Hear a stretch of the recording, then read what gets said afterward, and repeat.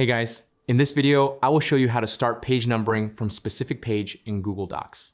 All right, let's begin. First, place your cursor at the very beginning of the page where you want the numbering to start. Go to the Insert menu, select Break, and choose Section, Break, Next Page. If an extra blank page appears, simply press your backspace key to remove it. Next, go back to the Insert menu, navigate to Page Numbers, and select your preferred layout. This will initially apply numbering to your entire document. Navigate to the specific page where your content begins and double-click the header or footer area where the number appears. Crucially, uncheck the Link to Previous box to isolate this section.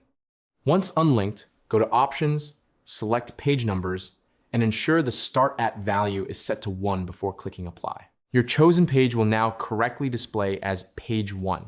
To finish, scroll up to your preceding pages, such as a title or table of contents page, and manually delete the numbers from those headers. Because the sections are now unlinked, this action will only remove numbers from the initial pages while keeping your new numbering sequence perfectly intact. So that's basically how you can start page numbering from a specific page in Google Docs. That's it for this video. Thanks.